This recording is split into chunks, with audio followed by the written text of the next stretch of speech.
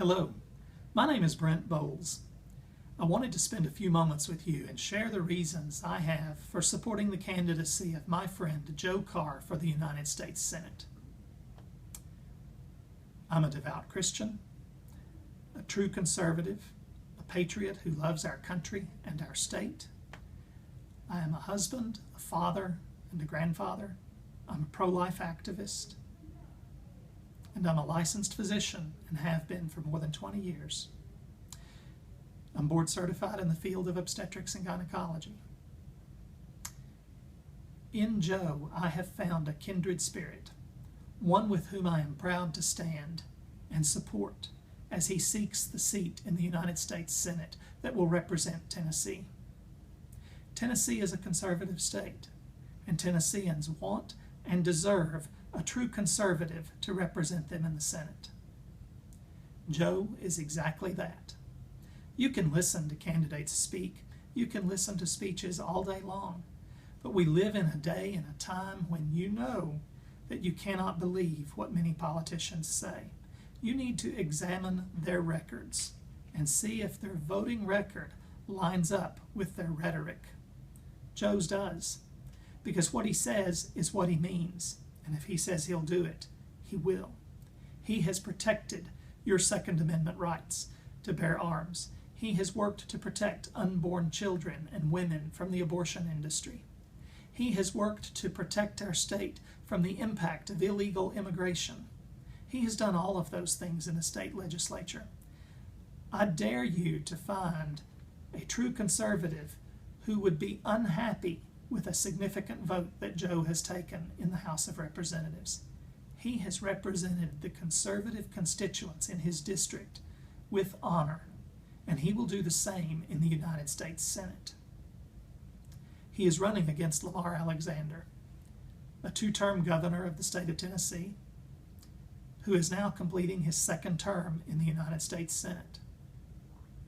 Senator Alexander has been there for 12 years. And 12 years is long enough to prove whether or not you are a true conservative. 12 years is long enough to show that you have what it takes to truly fight for conservative values. And that's what we're in these days, people. It's a fight.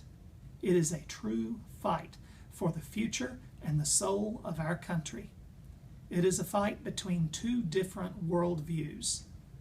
The worldview of the liberals, that big government is better, and that individual expressions and freedoms are not good for the people, or the conservative worldview that understands that the freedoms we have are derived from the Constitution, and the Constitution was written by men who had a profound respect for individual liberty that was based on the Christian worldview. Joe understands that, and his record proves that he will act in a manner according to those beliefs. Let's evaluate Senator Alexander's record. Senator Alexander likes to point to the fact that sportsmen in Tennessee can now fish below the dams. And if the most important thing facing our country was where we could cast our line to catch the next smallmouth bass or catfish, then I guess that's really important in the overall scheme of things. But we face far greater issues than that. Right now on our southern border, we are being overrun by hundreds of thousands of people, many of whom carry significant contagious illnesses. Our government is pressuring the healthcare providers that are evaluating these people to keep quiet. There was even a report I saw today that verified that some Al-Qaeda trained militants have come across the border in these groups.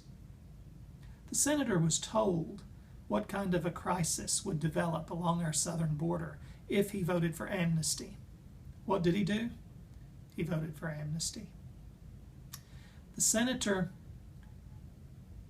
has chosen to vote the way Barack Obama would tell him to vote 62% of the time since Barack Obama took office. That's almost 2/3 of the time. A Republican who votes like a Democrat is no true conservative. He's lost his way. His record does not show any form of true conservatism. He voted to advance a bill to the floor of the Senate for a final vote, voting for cloture on a bill last year, a bill that was written by Harry Reid, a bill that would have increased the federal ability to control who buys weapons and ammunition. He voted to advance it to the floor for a final vote, along with the likes of Senator Reid, as well as Dianne Feinstein, Barbara Boxer, Chuck Schumer, Dick Durbin, and Al Franken.